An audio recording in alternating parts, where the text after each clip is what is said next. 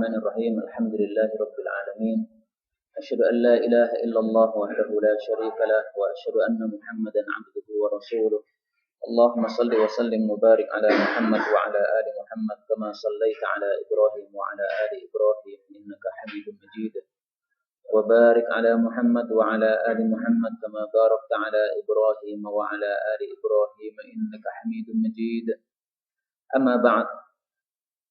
Kemarin sudah kita baca surat Al-Baqarah ayat yang ke-108. Sekarang kita lanjutkan surat Al-Baqarah ayat 109.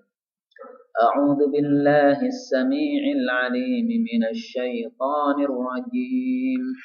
Wadda katsirun min ahlil kitab law yaruddunakum min ba'di imanikum kuffaran hasadan min 'indi anfusihim من عند أنفسهم من بعد ما تبين لهم الحق فاعفوا واصفحوا حتى يأتي الله بأمره إن الله على كل شيء قدير وأقيموا الصلاة وآتوا الزكاة وما تقدموا لأنفسكم من خير تجدوه عند الله إن الله بما تعملون بصير وقالوا لن يدخل الجنة إلا من كان هودا أو نصارى تلك أمانيهم قل هاتوا برهانكم إن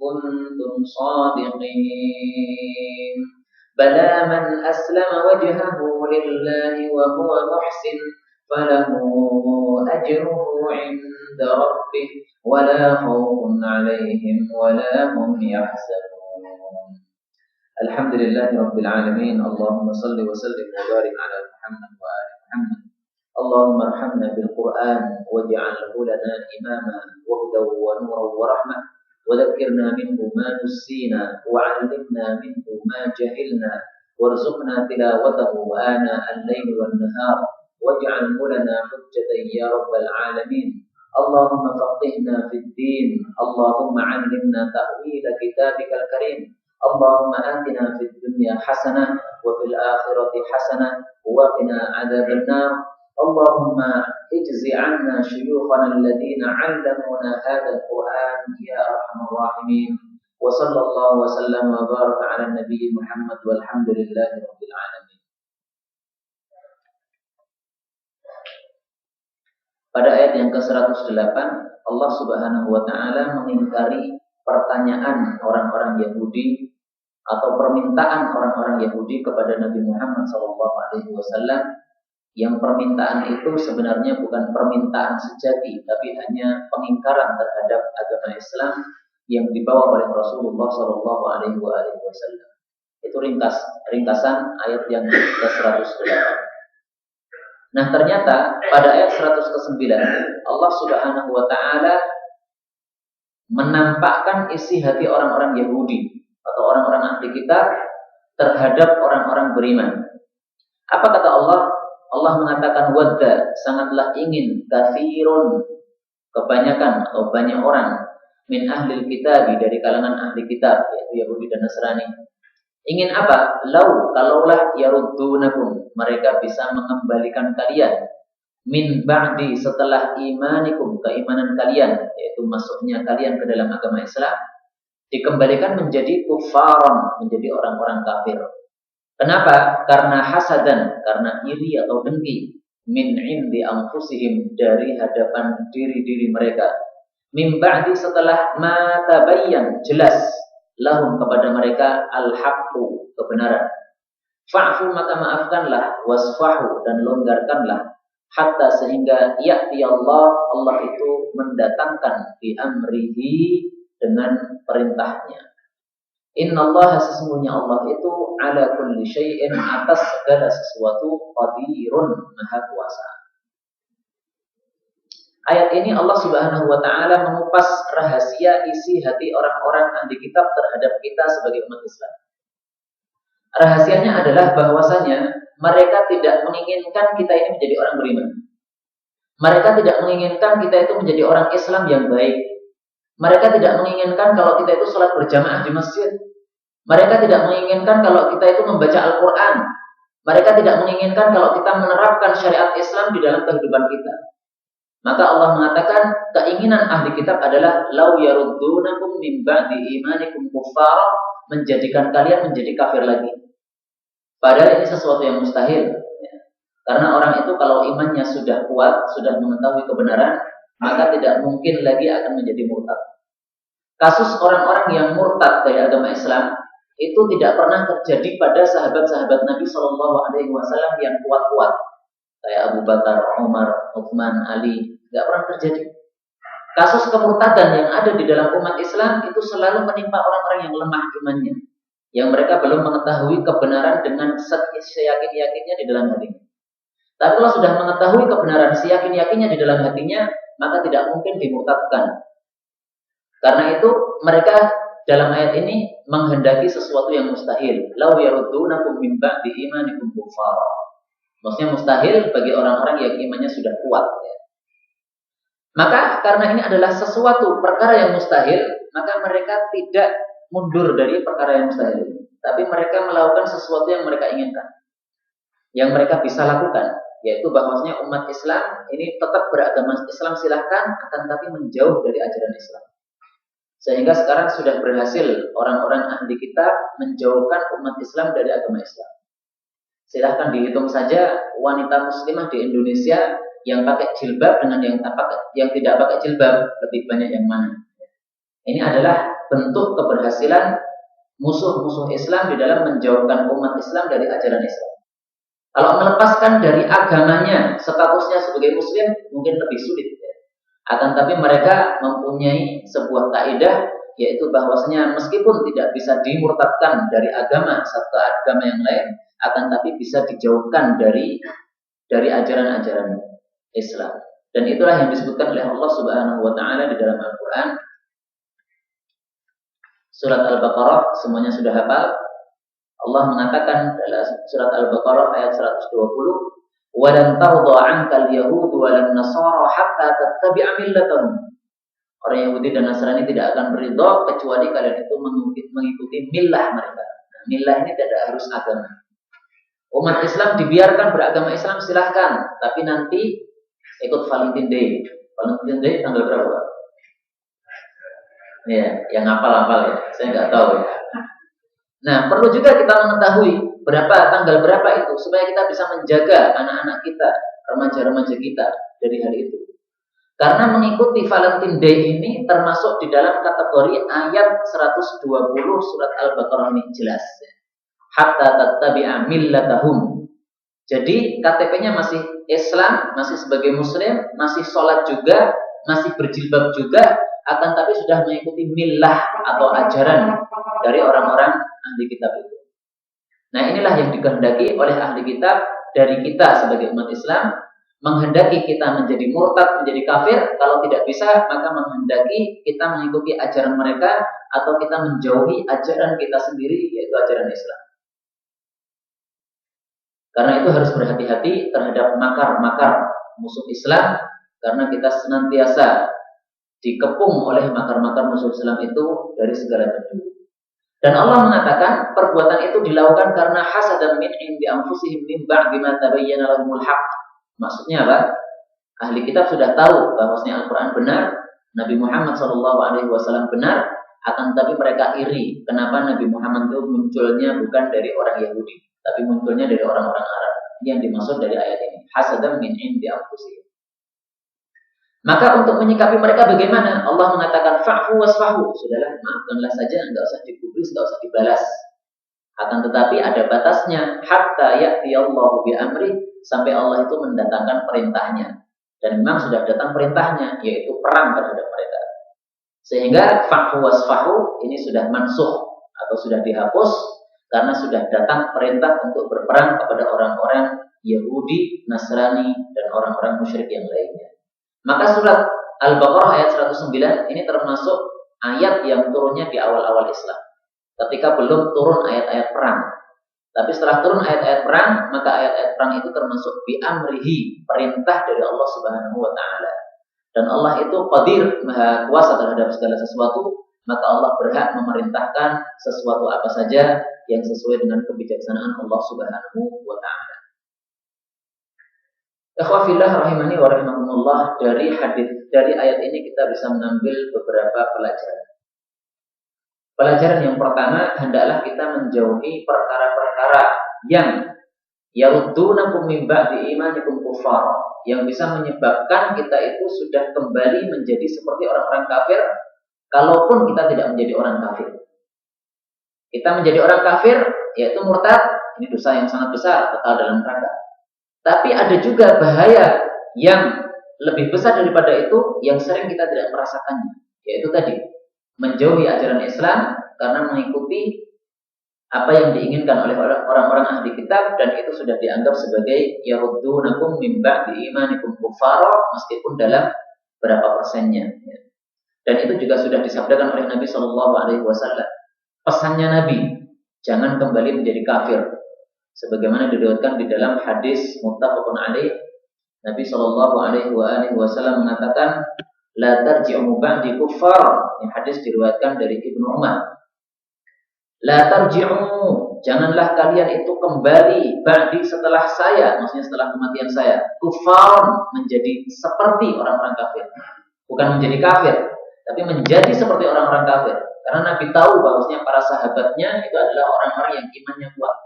Sehingga kalau disuruh murtad gak mau. Tapi kalau menyerupai orang-orang kafir, itu bisa terjadi. Apa maksudnya?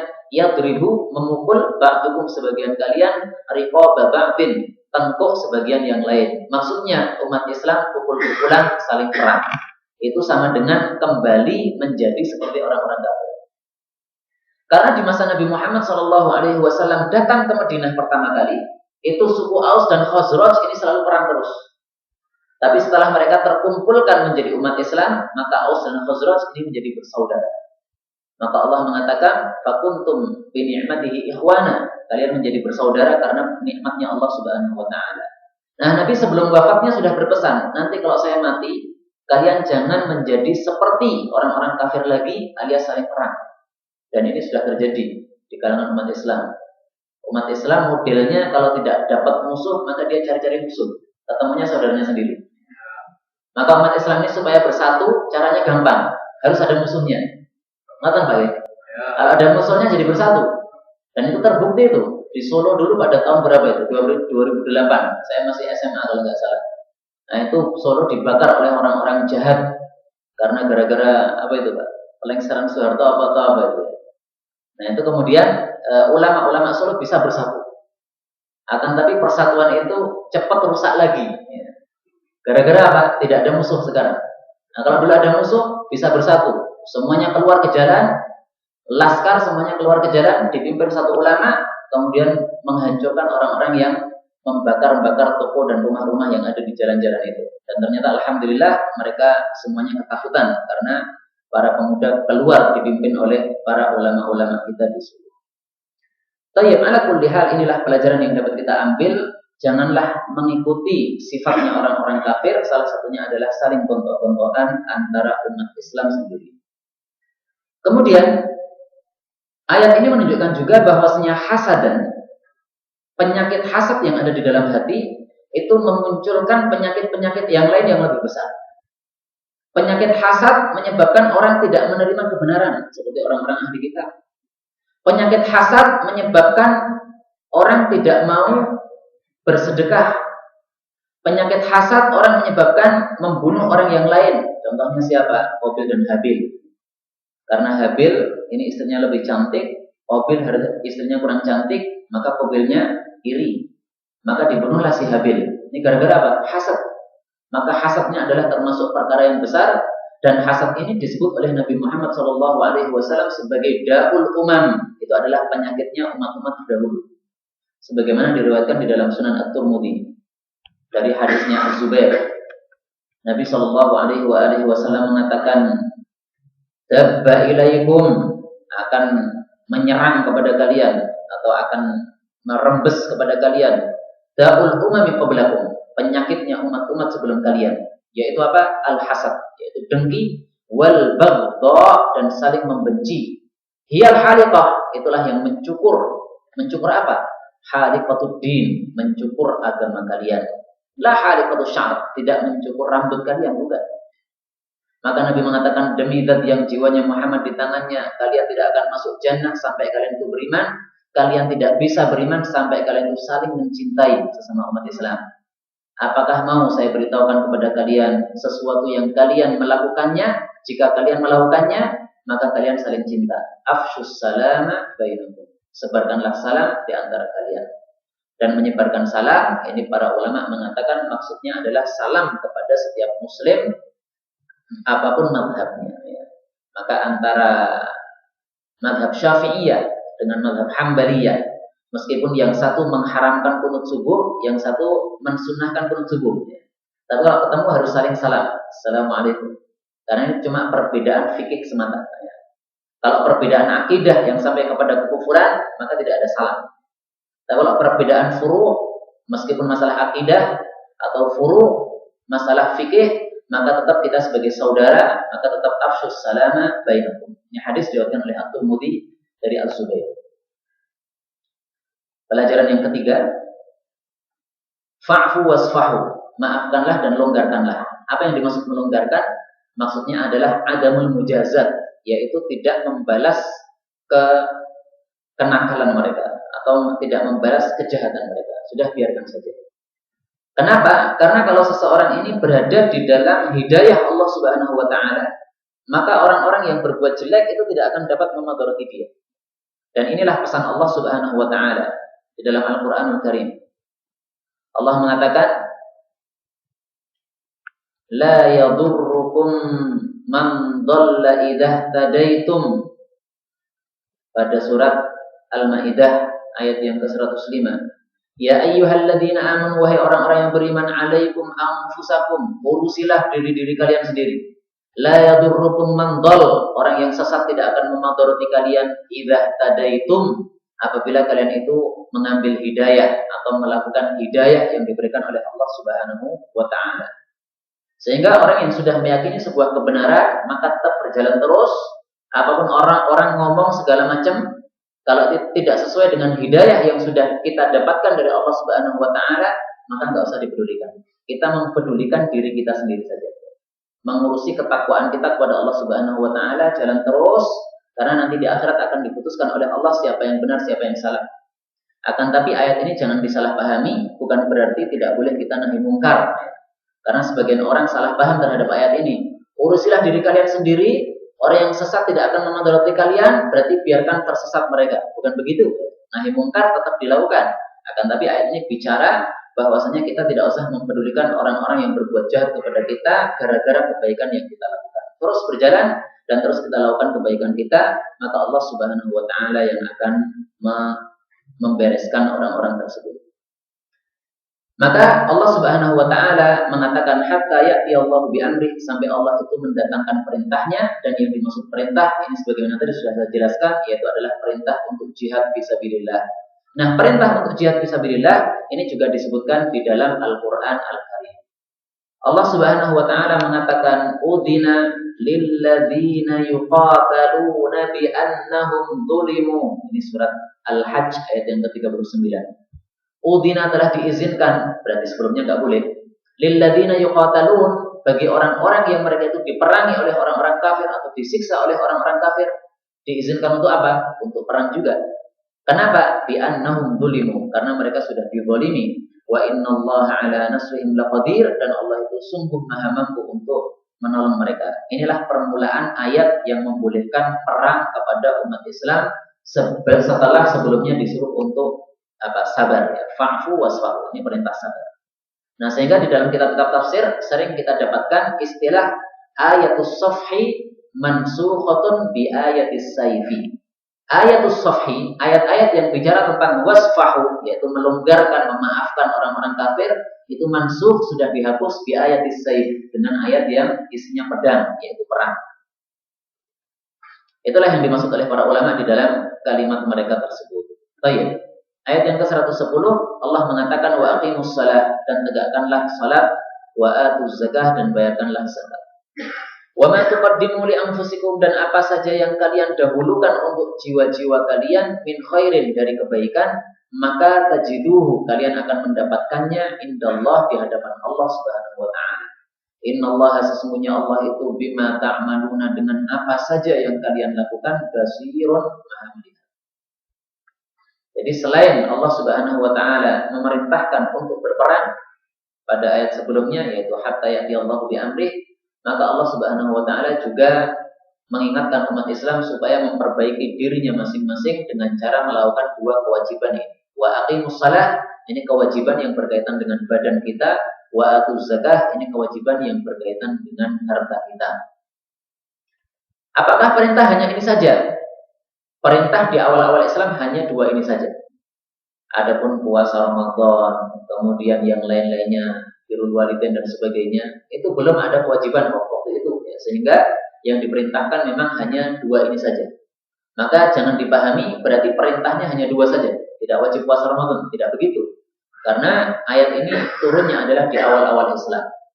Akan tapi Allah pada kalimat berikutnya menunjukkan amalan yang baik secara umum. Wa ma tuqaddimu li anfusikum min khair. Nah, khair ini adalah kata-kata nakirah, berarti mencakup semua kebaikan. Maka kebaikan-kebaikan yang belum diwajibkan oleh Allah pada saat turunnya ayat 110 ini sudah tercakup sebenarnya pada kalimat al-khair, kebaikan ini. Baik, dari ayat ini kita mengambil beberapa pelajaran. Yang pertama, bahwasanya antara sholat dengan zakat tidak bisa dipisahkan, karena Allah di sini menggabungkan antara aqimus shalah wa atuz zakat. Sehingga kalau ada orang Islam yang melakukan sholat 5 waktu, akan tapi tidak mau membayarkan zakat, maka dia harus diperangi sampai mau membayarkan zakat. Kalau tidak mau membayarkan zakat, maka disuruh tobat. Kalau nggak mau tobat, maka penggal lehernya. Meskipun sholat, iya, meskipun sholat. Karena kata Abu Bakar As-Siddiq, la uqatilanna, kata Abu Bakar As-Siddiq. Betul-betul aku akan memerangi man farraqa bainas salati waz zakat. Orang yang memisahkan antara salat dengan zakat. Fa inna zakata haqqul mal, karena zakat ini adalah merupakan kewajiban dalam harta, adapun salat adalah kewajiban dalam badan kita. Dan manusia itu pasti diberi badan, juga pasti diberi harta oleh Allah Subhanahu wa taala. Maka yang sudah wajib zakat pada hartanya, kalau tidak melaksanakan zakat maka harus diperangi. Karena itu merupakan dua perkara yang tidak boleh dipisahkan antara keduanya. Inilah fikihnya Abu Bakar As-Siddiq radhiyallahu taala anhu, dan itu tidak hanya diambil dari ayat ini saja, tapi juga diambil dari dalil-dalil yang lain yang lebih jelas. Baik, bagaimana kalau ada umat Islam yang tidak mau membayarkan zakat? Apa hukuman yang dilakukan oleh syariat Islam terhadap orang itu? Di dalam hadis Nabi Shallallahu Alaihi Wasallam mengatakan,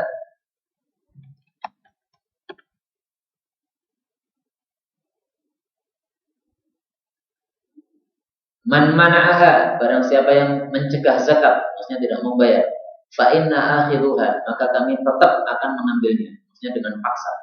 Wa syatra malihi, dan juga separuh dari hartanya, azmatan min azamati rabbina, itu merupakan kewajiban dari kewajiban Allah Azza wa Jalla.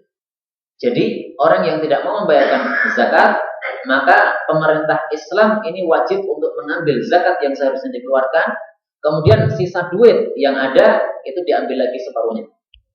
Jadi misalnya duitnya 40 juta. Kemudian diambil zakatnya dari situ 2,5%. Nah, sisanya maka itu diparuh. Diparuh kemudian diambil sebagai denda karena dia tidak mau membayarkan zakat. Dan ini hadisnya derajatnya sahih, diriwayatkan oleh Al-Imam Abu Dawud. Ya, derajatnya hasan, diriwayatkan oleh Al-Imam Abu Dawud. Sayangnya pemerintah Islam tidak menegakkannya. Gitu. Umat Islam yang tidak mengeluarkan zakat, iya, itu diperangi ataupun paksa diambil. Itu yang mengambil adalah pemerintahan Islam. Karena bukan pemerintahan Islam, maka umat Islam kan malah bebas. Jadi kalau dalam keadaan yang demikian ini, langkah yang sebenarnya itu harus bagaimana? Sebagai pemerintah atau sebagai rakyat ya? Kita sebagai rakyat. Rakyat. Iya, kita sebagai rakyat. Baik. Kalau kita sebagai rakyat, karena memang kita tidak boleh untuk melaksanakan hadis ini, karena ini hadisnya fa'inna, maka sesungguhnya kami adalah para pemerintah. Ya. Nabi Muhammad SAW juga para khulafa setelahnya, maka kita hanya bisa amar ma'ruf dan nahi munkar saja. Kita sampaikan kepada pemerintah kewajiban kamu ini. Maka sudah ditulis surat Ustaz Abu Bakar Ba'asyir, buku Tadhkirah Pak ya, sedang baca. Itu kan peringatan kepada pemerintah untuk menegakkan syariat Islam. Karena ini termasuk salah satu syariat Islam yang belum ditegakkan oleh pemerintah. Ya alhamdulillah sudah ada yang mengingatkan, mau diperingati atau tidak itu urusan mereka. Tapi kewajiban kita sudah gugur apabila sudah ada yang memperingatkan mereka. Tidak harus semua kita mengingatkan, Pak ya. Semuanya kita SMS ke Pak SBY nggak harus. Ada satu yang mengingatkan sudah. Nah, itu cukup bagi dia. Kalau dia tidak mau melaksanakan itu tanggung jawabnya dia, bukan tanggung jawab kita. Pertanyaan selanjutnya, Ustaz. Okay. Apakah tidak ada kewajiban bagi umat Islam untuk menyusun ataupun istilahnya membentuk, menjadikan negara atau pemerintahan itu yang sesuai itu? Karena apa? Karena kewajiban zakat tadi adalah yang melindungi pemerintah Islam. Jadi apakah tidak ada kewajiban bagi umat Islam? Ya wis nalah ini kita terus baik, kapan ya alhamdulillah malah bebas apa gitu. Termasuk kewajiban umat Islam selain sholat, zakat, puasa Ramadan dan yang lain-lainnya, termasuk kewajiban kita adalah kita harus punya pemimpin satu untuk seluruh dunia. Maka para ulama dalam masalah ini berbeda-beda ijtihadnya. Ada yang kemudian memunculkan HTI, Hizbut Tahrir. Tujuannya apa? Menampilkan khilafah. Ada yang dengan cara nggak usah pakai gitu-gitu karena nggak akan berhasil. Sudah kita mengajarkan agama kepada masyarakat saja. Kalau masyarakat semuanya sudah paham agama, nanti akan berdiri sendiri pemerintahan Islam itu. Sebagaimana Nabi Muhammad SAW datang ke Madinah, ngapain ya? Bacakan Quran, bacakan hadis, ya kan? Semuanya pada paham, pada masuk Islam, jadilah pemerintah Islam. Nggak pernah Nabi mengatakan jadikan saya sebagai pemerintah kalian. Beliau mengangkat dirinya sendiri, nggak pernah. Nah maka ala kulli hal kita harus mencapai kepada satu tujuan, yaitu adanya satu imam untuk seluruh bumi ini. Bukan satu imam untuk Indonesia, bukan, tapi untuk seluruh bumi. Karena di masa Nabi Muhammad SAW pemerintahan itu hanya satu. Bahkan Nabi berpesan kalau ada dua pemimpin yang dibaiat, maka yang keduanya itu harus dibunuh. Karena pemimpin Islam itu hanya satu yang dibaiat. Sehingga ketika Ali bin Abi Thalib dibaiat sebagai pemimpin, kemudian ada orang-orang yang mengkafirkan Ali bin Abi Thalib, maka umat Islam sepakat ini diperangi. Itu orang-orang Khawarij yang dikatakan oleh Nabi sebagai anjing-anjing neraka. Kenapa? Karena mereka tidak terima terhadap kepemimpinan Islam yang sah. Nah sekarang bagaimana yang harus kita lakukan itu terserah kita masing-masing. Kalau saya mengikuti mazhab, yaitu memperbaiki diri kita dan masyarakat.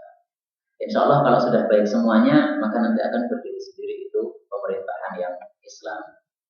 Wallahu a'lam bissawab. Ya intinya dakwah ya. Dan dakwah itu memang termasuk kekurangan kita. Kita belum bisa maksimal di dalam dakwah. Buktinya dakwah kita mungkin masih di masjid-masjid saja. Kita belum dakwah ke tempat orang-orang yang minum minuman keras, belum dakwah ke tempatnya para penguasa ya. Dan bahkan kalau ada orang yang berdakwah di tempat-tempat mereka, kemudian umat Islam saling membid'ahkan, itu yang suka keliling-keliling itu bid'ah, ya udah jadi kacau. Semestinya satu sama lain saling menguatkan. Yang satu dakwah di masjid silahkan, yang satunya lagi dakwah pada orang-orang awam dan umum itu silahkan, ya mestinya saling menguatkan. Wallahu a'lam bishawab. Betul lagi, kita orang-orang lemah, maka apapun yang kita lakukan, mudah-mudahan diridhai oleh Allah Subhanahu wa taala. Baik, kemudian Allah Subhanahu wa taala menyebutkan di sini ma tuqaddimu li anfusikum min khair. Apa yang kalian dahulukan untuk diri kalian dari kebaikan. Maksudnya adalah perbuatan-perbuatan baik. Perbuatan baik itu disebut oleh Allah mendahulukan untuk diri kalian. Maksudnya apa? Seseorang yang berbuat baik itu sama dengan menyimpan sesuatu yang nanti akan kita petik di dalam jannah. Ini berarti mendahulukan seperti itu. Anggaplah gambarannya seperti orang yang bersafar.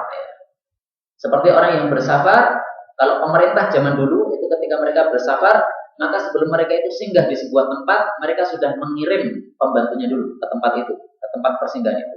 Kemudian pembantunya disuruh untuk membuat kemah di situ.